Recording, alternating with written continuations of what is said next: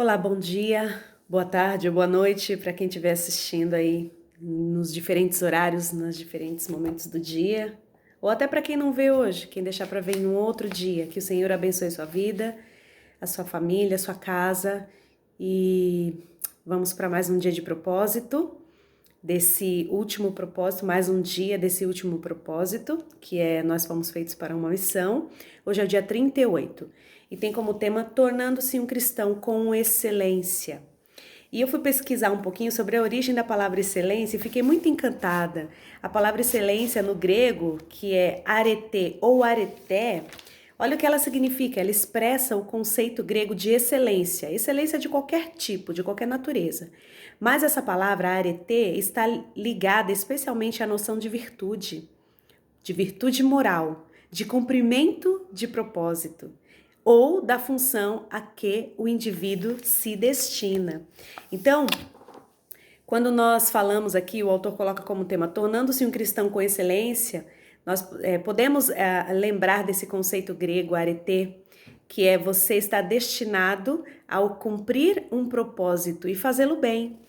Diz assim, Marcos 16,15, Jesus disse aos seus seguidores, vão pelo mundo todo e contem a todos as boas novas. Também diz em Salmo 67:2, assim saberemos por onde Ele quer que nós andemos. Assim, todas as nações conhecerão a sua salvação. Então, o autor começa dizendo que a grande comissão é a sua incumbência. E ele fala sobre dois tipos de cristãos, os cristãos relapsos e os cristãos excelentes. Os cristãos relapsos buscam principalmente a satisfação pessoal. Eles estão salvos, mas são egoístas. E eu fiquei pensando nisso. Ele coloca que os cristãos relapsos são aqueles que fazem orações em benefício próprio. Na verdade, usam Deus muitas vezes como um meio para se chegar a um fim. E sempre que oram ou buscam a presença de Deus, estão interessados em sua satisfação pessoal, em que o Senhor resolva os seus problemas, ou que o Senhor os abençoe ainda mais, e se esquecem de deixar um pouquinho de lado a sua própria vida e os seus problemas que sempre existirão para se colocar em intercessão por outros problemas, por outras situações que afligem outras pessoas. Lembra que nós vimos que o Senhor nos chamou para sermos servos, como foi o Senhor Jesus? E o servo serve a outro e muitas vezes em detrimento da sua própria satisfação. As orações desses cristãos relapsos concentram-se em suas próprias necessidades, querem usar Deus para os seus propósitos, em vez de serem usados por Deus para os propósitos dele. Em contrapartida, os cristãos com excelência, eles sabem que foram salvos para servir e feitos para uma missão. Eles se entusiasmam com a ideia de contribuírem, de colaborarem com o reino, de serem usados por Deus. São as únicas pessoas totalmente vivas neste planeta.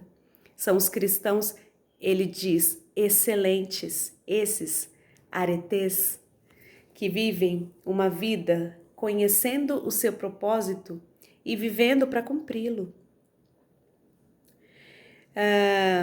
A alegria dos cristãos excelentes, sua alegria, confiança e entusiasmo contagiam as pessoas ao seu redor e eles sabem que são importantes. Eles não trabalham em prol da notoriedade, em prol de serem vistos, mas eles sabem que são importantes para o reino. Eles acordam na expectativa de que Deus opere por meio deles. Que tipo de cristão você quer ser? Nos indaga o autor. Que tipo de cristão eu quero ser? Deus nos convida a participar do seu reino, a participar da vida do reino na história da humanidade. Ele diz assim que a história, o autor, né? A história é a história de Deus. E ele envolver-nos como cristãos com excelência nos permitirá experimentar um pouco do céu antecipadamente. Então Deus está construindo desde a eternidade a história de cada um de nós, a história da humanidade. E tudo que acontece na história tem a ver com o seu reino e com o cumprimento de tudo aquilo que ele determinou. Ele vai voltar. Haverá um tempo para o tempo, a plenitude do tempo em que Jesus voltará e tudo será consumado. Mas ele nos deixou a responsabilidade de ir e fazer discípulos, de pregar o evangelho a todas as pessoas. E os cristãos com excelência, os cristãos excelentes, eles têm feito esse trabalho. Um dia a grande comissão se tornará a grande consumação. Nos céus, uma enorme multidão de pessoas de todas as nações, tribos, povos e línguas, segundo Apocalipse 7:9, estará um dia diante de Jesus Cristo para adorá-lo. Então Jesus, quando ele estava entre os discípulos aqui como homem, após ter ressuscitado, ele disse: vão pelo mundo todo e façam discípulos. Contem as boas novas a todas as pessoas. Contem o que eu fiz. Marcos 16:15. Então, é engraçado a gente se colocar no lugar dos discípulos, porque o mundo daquela época era um mundo muito pequeno. Embora ele fosse enorme em extensão, ele era muito pequeno para se alcançar, né? Nem as embarcações, o autor coloca que era difícil, uma pergunta surgiu na mente dos discípulos: como que a gente vai fazer isso? Contar a todas as pessoas do mundo sobre as boas novas. A pé ou a cavalo, isso vai demorar muito. Como seria a logística? E ele fala que até as embarcações, elas não eram, não tinham a tecnologia suficiente para cruzar oceanos. Isso nunca havia sido feito, nunca havia sido tentado, né? A tecnologia em relação as pessoas se locomoverem era muito rudimentar. Tanto que a maioria das pessoas, elas caminhavam de lugares a outros lugares.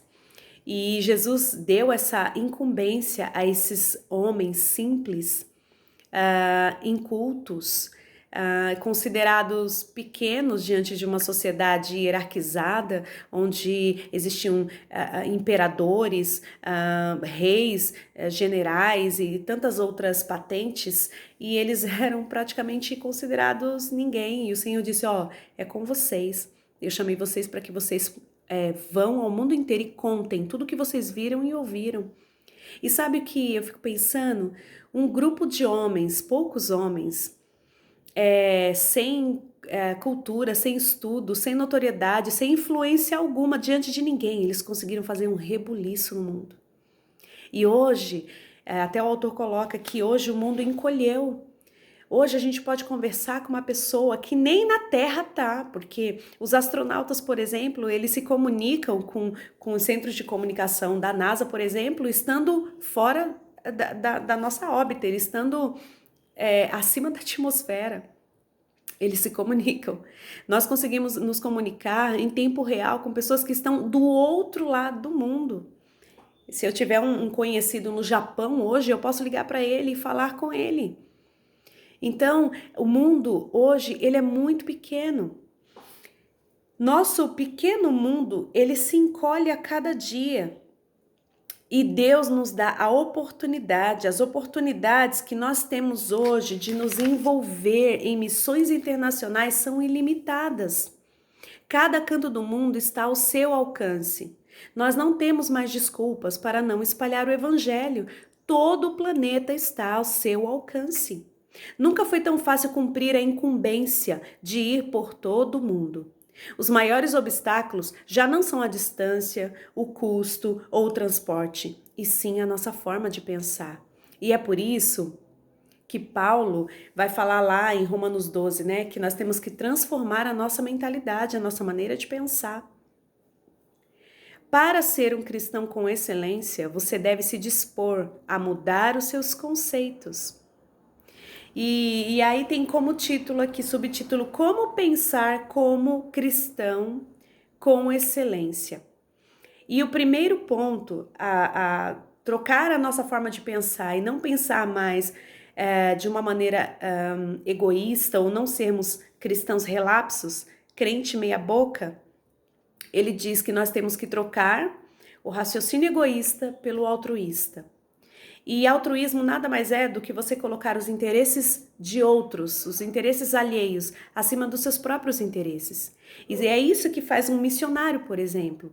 Ele tem sonhos, anseios, desejo de ter família, mas quando ele sente esse chamado de Deus para a vida dele, de cumprir um propósito específico que tem a ver com o reino dele, o crescimento do reino dele, ele deixa tudo isso.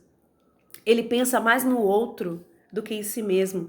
Que amor é esse, tão semelhante ao de Jesus, que faz uma pessoa sair de um país livre como o Brasil, por exemplo, para ir pregar missões na Síria, no Oriente Médio, nos lugares mais que os crentes são mais perseguidos do planeta, e as pessoas saem de lugares confortáveis e vão para esses lugares.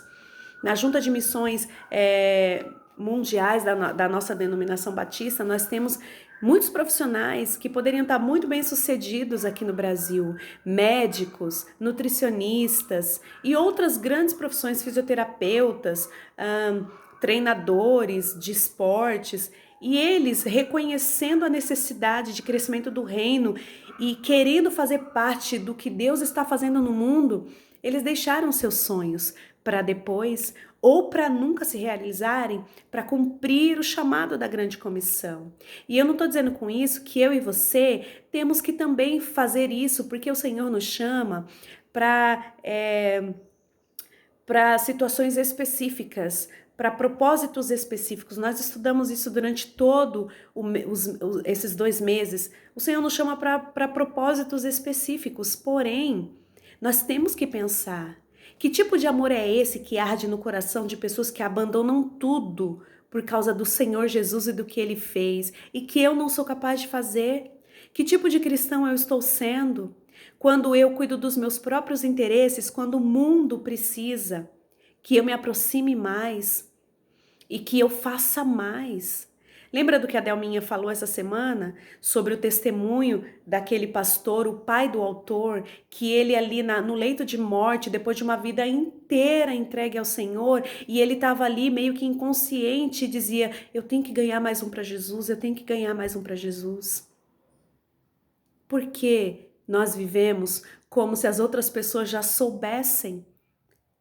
Muitas delas não sabem que Jesus morreu e Ele ressuscitou. Quantos testemunhos a gente ouve de missionários quando vão visitar as nossas igrejas, de chegar e falar numa tribo ou num lugar distante da terra, que pregou ali o amor de Jesus, e a pessoa falou: onde ele está? Me mostra, eu quero conhecer. Achando que era uma pessoa, assim como eu e você que está aqui entre nós, não o Senhor Jesus ressuscitado que está em nós através do Espírito Santo. Muita gente não sabe. Então, nós devemos colocar os interesses dos outros acima do nosso. Olha o que ele diz aqui, ó, que nós somos naturalmente egoístas. Nascemos egoístas. Olha para uma criança, quando ela nasce, ela vai crescendo, ela não consegue compartilhar o seu próprio brinquedo. Ela não consegue compartilhar o seu alimento, muitas vezes. Ela acha que o mundo gira em torno de si, que o pai e a mãe pertencem a ela. Ela não consegue dividir sequer o amor das pessoas. E Paulo vai chamar muitos dos cristãos de infantis, de crianças na fé, porque não se deixaram moldar pelo Espírito Santo e amadurecer e crescer. E crescer. E aí ele diz: a única forma de alterar esse padrão de egocentrismo é nos tornarmos totalmente dependentes de Deus. Ele não nos deixou lutar sozinhos. Como que a gente faz isso? Como que a gente se transforma num crente imaturo, num crente amadurecido? Ele faz através do seu Espírito. Ele não deixou a gente sozinho nessa missão, porque ele sabia que nós não conseguiríamos. Quando Jesus foi, ele nos prometeu que viria aquele que nos consolaria, mas que nos daria poder. Ele disse para os seus discípulos que vocês receberão poder, quando descer sobre vocês o Espírito Santo, lá em Atos capítulo 1. E depois que vocês receberem o poder, aí vocês serão minhas testemunhas. Não dá para ser testemunha de Jesus e não dá para cumprir a grande comissão sem o poder que o Espírito Santo nos dá. É edificante a gente ver o Espírito Santo agindo na vida de pessoas e ressuscitando mortos e curando pessoas e expulsando demônios. Mas a característica principal do Espírito Santo, ao meu ver, é nos dá poder para a gente cumprir os propósitos de Deus, porque a gente sozinho não consegue nem fazer uma dieta, nem falar, eu tô acima do peso, vou fazer uma dieta, a gente não consegue. Ele disse em Romanos no capítulo 8, se pelo Espírito fizerdes morrer as obras da carne, então vocês viverão. É o Espírito Santo que nos dá poder. Até para abrir nossa boca e falar de Jesus para outra pessoa. Mesmo que a gente esteja disposto a pessoa olhar e rir da nossa cara e falar assim, você é um idiota. Como que você crê numa coisa dessa? É o Espírito Santo que nos dá poder. Nós não temos em nós mesmos. Diz assim, Deus nos deu o seu Espírito, por isso não pensamos como pensam as outras pessoas deste mundo. 1 Coríntios 2:12. Comece pedindo ao Espírito Santo que o ajude a pensar nas necessidades espirituais dos cristãos, dos não cristãos, toda vez que você for falar com um deles. Aqui está escrito, seu objetivo é verificar onde os outros se encontram na jornada espiritual, fazendo então todo o possível para levá-los a conhecer a Cristo. Não penso no que seria bom para mim, e sim no que poderia ser bom para muitas pessoas, de modo que elas possam ser salvas. 1 Coríntios 10:33. Então é você colocar os interesses alheios acima dos seus. É você pedir ao Espírito Santo, Senhor, me ensina como falar com essa pessoa. Senhor, me ensina como me aproximar dessa pessoa. Senhor, me ensina a mostrar Jesus para essa pessoa de maneira que ela possa entender. Um cristão com excelência também deixa de raciocinar de forma restrita e raciocina de forma global, porque o nosso Deus é um Deus global. Ele é o Deus que ele quer ser Deus de todos os povos, de todas as línguas, de todas as nações. E o mais lindo de Deus é que quando ele alcança essa nação, essa etnia, essa determinada cultura, ele se aculturaliza, se assim a gente pode dizer, a esse povo. Então, um africano, quando aceita Cristo Jesus, ele não se molda aos padrões ingleses de ser cristão, ele continua tendo a sua cultura, a sua forma de viver ali preservada. E o Senhor aceita uma adoração tocada em violino, como também aceita uma adoração tocada em tambor.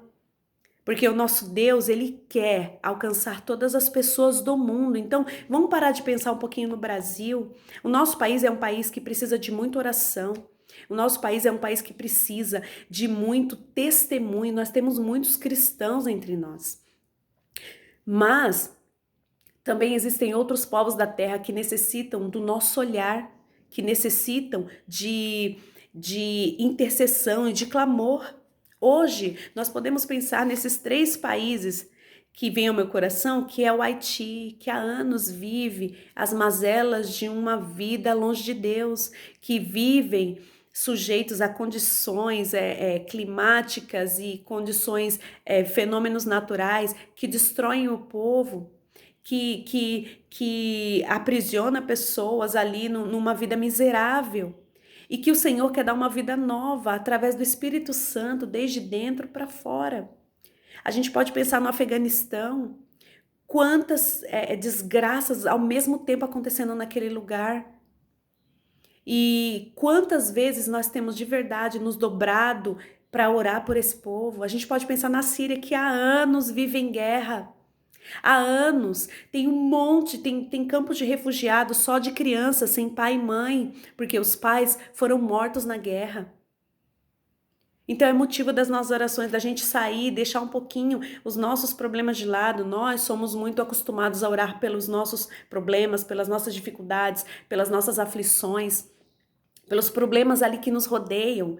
O mais pertinho de nós, primeiro começa em nós, depois com a nossa família, aí os nossos amigos, os irmãos da igreja, mas a gente esquece que o mundo é muito amplo e que a gente possa sair um pouquinho daquilo que nos prende ao nosso próprio egoísmo espiritual, no sentido de Deus, eu preciso disso, Deus, eu quero ser abençoado nisso, e colocar isso diante do Senhor, descansar nele e começar a interceder por coisas, talvez, e problemas muitas vezes até maiores e mais problemáticos do que os nossos próprios. Estamos mais unidos do que percebemos. O mundo está entrelaçado. Nós vivemos dias emocionantes porque existem mais cristãos do que qualquer outra época no mundo. Paulo estava certo, ele disse assim: as mesmas boas novas que chegaram até vocês estão sendo difundidas pelo mundo. Elas estão transformando vida em toda parte, assim como transformou a de vocês. Colossenses 1:6. O primeiro passo para pensar de maneira global é orando por países específicos. Cristãos com excelência oram pelo mundo. Ele até dá uma sugestão. De vez em quando pega o globo ou o mapa mundi lá e coloca o dedo assim, aleatoriamente, e deixa cair em alguma nação. E começa a interceder por aquela nação. Senhor, que a tua palavra chegue ali, que os povos se dobrem diante do Senhor, que eles reconheçam a soberania do Senhor, que o Senhor Jesus transforme vidas e que do teu Espírito seja derramado sobre toda pessoa. Orar pelos países do mundo, orar para que o evangelho chegue a lugares onde ele ainda não chegou, orar para que mesmo esses países fechados, como a Coreia do Norte, por exemplo, o evangelho possa chegar e transformar vidas. A oração é a ferramenta mais importante em sua missão no mundo. As pessoas podem recusar o nosso amor ou rejeitar a nossa mensagem, mas não tem nenhuma defesa contra as nossas orações.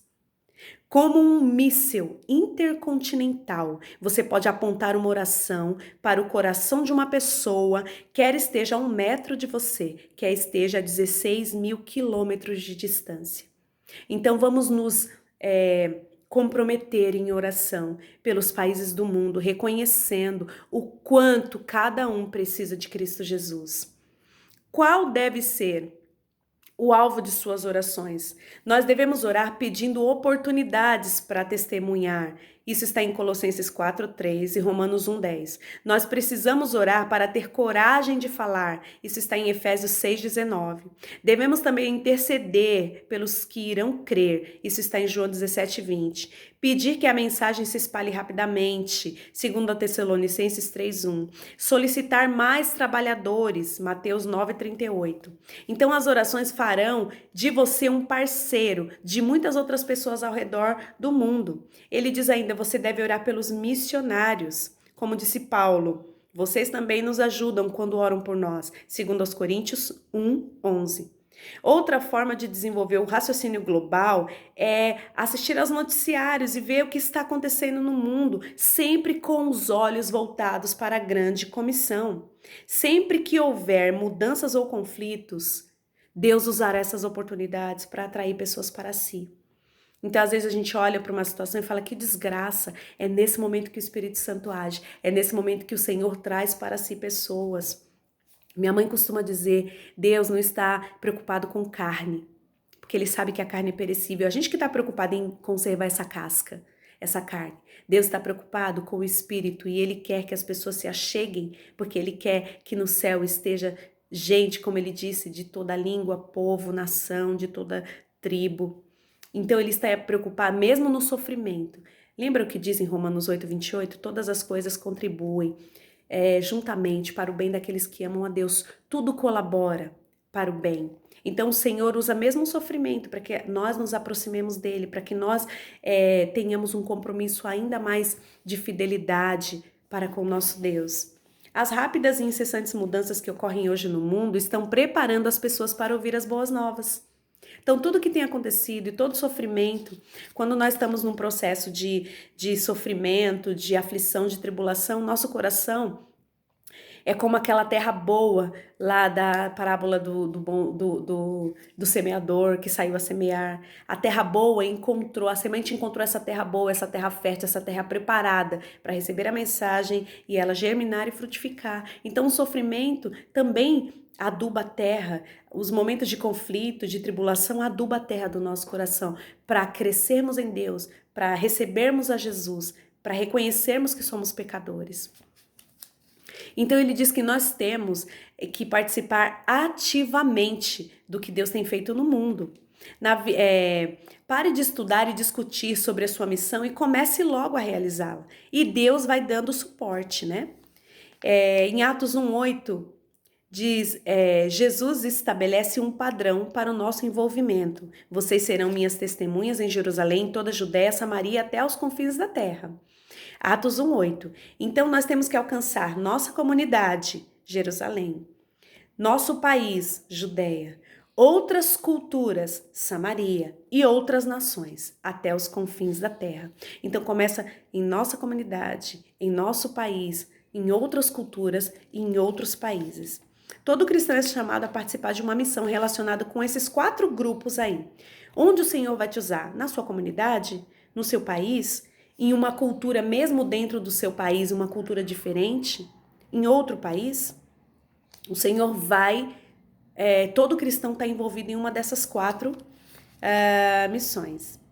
Estabeleça uma meta para participar de um projeto missionário. Aqui, o autor nos convida a participar de um projeto missionário, de você ter a oportunidade de visitar um projeto missionário, visitar um outro país, conhecer uma missão de que estão desenvolvendo um missionário trabalhando entre uma comunidade em determinado lugar. E isso fortalecerá esse sentido que nós temos de missão não é só para missionário, missão não é só para pastor. Porque não é muito diferente o que nós fazemos aqui do que os missionários fazem em outros lugares. Eles trabalham com crianças, eles trabalham com mulheres, por exemplo, ensinando corte e costura, tricô, bordado, coisas assim para ter a oportunidade, são estratégias para ter oportunidade de falar do amor de Deus às pessoas à sua volta. Então a gente acha que é algo muito mirabolante, que um missionário acorda de manhã e veste aquela roupa de super-herói, põe uma capa vermelha. Não, ele é uma pessoa comum. Ele só deu voz àquilo que já queimava em seu coração, que era o desejo de alcançar as nações. Um cristão com excelência também substitui o pensamento imediato por uma perspectiva eterna. Paulo disse, assim, fixamos os olhos não naquilo que se vê, mas naquilo que não se vê, porque o que se vê é transitório, mas o que não se vê é eterno. E Jesus nos adverte assim, todo aquele que se deixa desviar do trabalho que eu planejo para ele não está apto para o reino de Deus. Lucas 9,62. E ainda em 1 Coríntios 7,31. Sejam econômicos na escolha das muitas coisas que o mundo tenta empurrar para vocês. O mundo, como vocês o conhecem, está se desvanecendo. Então ele coloca uma pergunta para nós refletirmos. O que está se interpondo com sua conivência entre você e sua missão? O que o está impedindo de se tornar um cristão com excelência? O que quer que seja, abandone-o. Hebreus 12:1 diz, afastemos de nós qualquer coisa que nos torne vagarosos ou nos atrase. Ele vai dizer aqui que nós devemos pensar de maneira eterna, numa perspectiva eterna. E pensar na eternidade nos faz abandonar muitas coisas sem importância ou não dar importância excessiva a questões menores. Nós vamos aprender a distinguir entre o que é urgente e o que é eterno. Jesus disse também sobre os tesouros, para a gente não ajuntar tesouros no céu, na terra, onde a traça come, onde se estraga facilmente, mas que a gente acumule tesouros no céu. E aí ele coloca aqui uma declaração, como que a gente faz isso? Como que a gente ajunta tesouros no céu? Então ele coloca uma frase de Jesus assim, usem a riqueza deste mundo ímpio para ganhar amigos, de forma que quando essa riqueza acabar, estes os recebam nas moradas eternas. Lucas 16:9. Jesus não quis dizer para a gente usar nossas riquezas para comprar amigos, mas que nós devemos usar os nossos recursos para levar amigos a Cristo, para levar pessoas a Cristo. O melhor investimento que se pode fazer é o investimento em vidas. Uma vez eu ouvi o pastor Josué Gonçalves falando na questão familiar, que ele trabalha com famílias, ele dizia assim: o melhor investimento que nós podemos fazer são em pessoas, porque elas são o único bem que nós vamos levar para o céu. Então, imagina você, como disse aquele pastor, pai do autor, quando estava no leito de morte: vou ganhar mais um para Jesus, vou ganhar mais um para Jesus. E imagina a sua alegria de ver aquele que você compartilhou o amor de Deus com você lá na eternidade, e falar: puxa, Senhor, eu estou tão feliz que fulano está aqui comigo, porque o Senhor me encorajou e o teu Espírito me deu condições de falar do teu amor para essa pessoa. Pare de arranjar desculpas e comece a pensar em formas criativas de cumprir a sua incumbência de levar a palavra de Deus. Há sempre um jeito de fazer isso. Por exemplo, você pode dizer: eu só sei falar inglês. Quantos povos gostariam de professores de inglês, não é? Que trabalhem ali falando do amor de Deus e ensinando ao mesmo tempo uma língua entre uma comunidade. Até perto aí da sua vizinhança, até na sua igreja, você pode criar um grupo de pessoas ali para aprender uma língua, se você fala bem o inglês, se você tem essa habilidade. Eu não tenho nada a oferecer. Tem sim. Todos nós, cada habilidade, experiência em sua formação pode ser utilizada de alguma maneira. Olha, eu não sei, eu lembro da irmã Bida, uma irmã muito querida da nossa igreja, que ela foi para o Nordeste com o esposo, né, o irmão Manuel, pregar a palavra do Senhor lá entre o povo do sertão, que é um povo muito sofrido, e lá ela ensinou as pessoas, a comunidade, as mulheres a fazer pão de mel. E enquanto fazia pão de mel, ela compartilhava o amor de Deus. O que você sabe fazer? Você sabe fazer um bolo? Você sabe fazer... você que é homem sabe consertar um carro? Trocar um pneu? O que nós podemos fazer e ao mesmo tempo que abençoamos com aquilo que sabemos fazer com as nossas habilidades, podemos compartilhar o amor de Deus? Olha, uma outra coisa que nós podemos dar desculpas, né? Eu estou muito velho. Sabe, ou eu sou muito jovem. E aí o autor diz: a maioria das organizações missionárias tem projetos de curto prazo, adequados para cada faixa etária. Então você pode se engajar num projeto aí. Eu sou muito velho já, mas existe algo que você pode fazer. Lembre-se de Moisés, ele foi chamado pelo Senhor para voltar de Midian ao Egito com 80 anos. Lembre-se de Abraão, com 100 anos foi pai. Então ninguém é velho para o Senhor. Ele simplesmente quer nos usar e quer um coração disponível. Esteja esperando alguma sensação. Pode ser que você acredite ser necessário um chamado específico, um chamado especial de Deus. E pode ser que você esteja esperando alguma sensação ou uma experiência sobrenatural. Olha, eu vi uma sassa, um pé de acerola ardente. E ali o Senhor falou comigo. Né? Você está esperando algo sobrenatural, mas não é necessário isso. O Senhor já rejeitou esse chamado repetidas vezes. Somos todos chamados para cumprir os 5 propósitos de Deus para a nossa vida. Quais são eles? Adorar, ter comunhão, tornar-se semelhante a Cristo, servir e sair em missão com Deus pelo mundo. Ele não quer usar apenas alguns no meio do seu povo. Ele quer usar todos. Todos os que disseram sim a Jesus têm uma missão.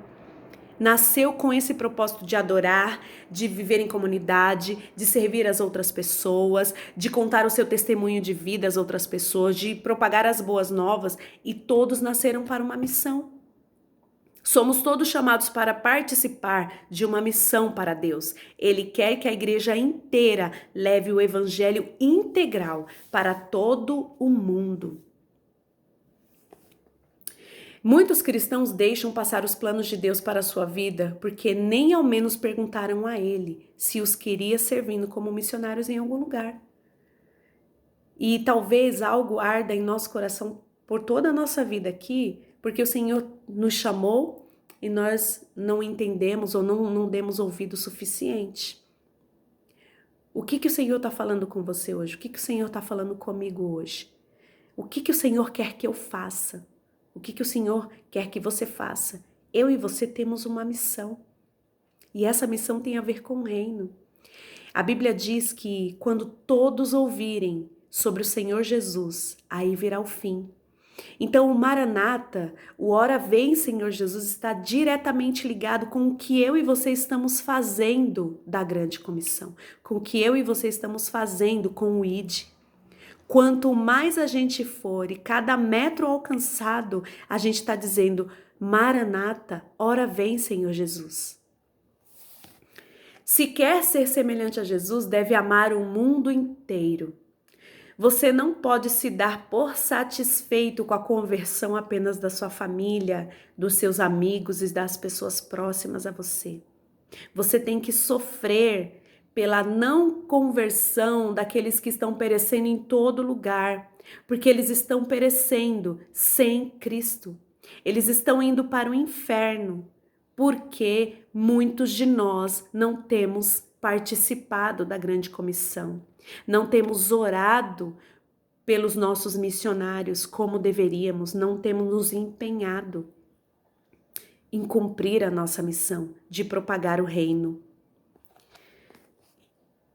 Existem mais de 6 bilhões de pessoas no mundo e Jesus quer encontrar todos os seus filhos perdidos. Ele disse assim: somente aqueles que põem de lado a sua vida por minha causa e por causa da boa nova é que saberão realmente o que significa viver. Marcos 8:35. A grande comissão é sua incumbência e fazer sua parte é o segredo para uma vida que realmente vale a pena. Pensando sobre o meu propósito de vida, tema para reflexão. A grande comissão é minha incumbência.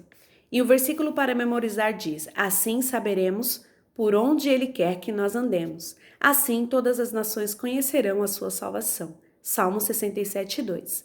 E uma pergunta para meditarmos: que providências posso tomar a fim de me preparar para a experiência de uma missão de curta duração no próximo ano? O que eu posso fazer para participar disso que Deus tem feito no mundo? Mesmo que você não vá para um campo missionário, qual é o seu campo hoje? Onde o Senhor quer te usar para cumprimento da grande comissão? Que o Senhor te abençoe e que nós, eu e você, possamos viver uma vida que vale a pena. Que nós possamos transmitir a luz de Cristo Jesus, onde quer que nós estejamos.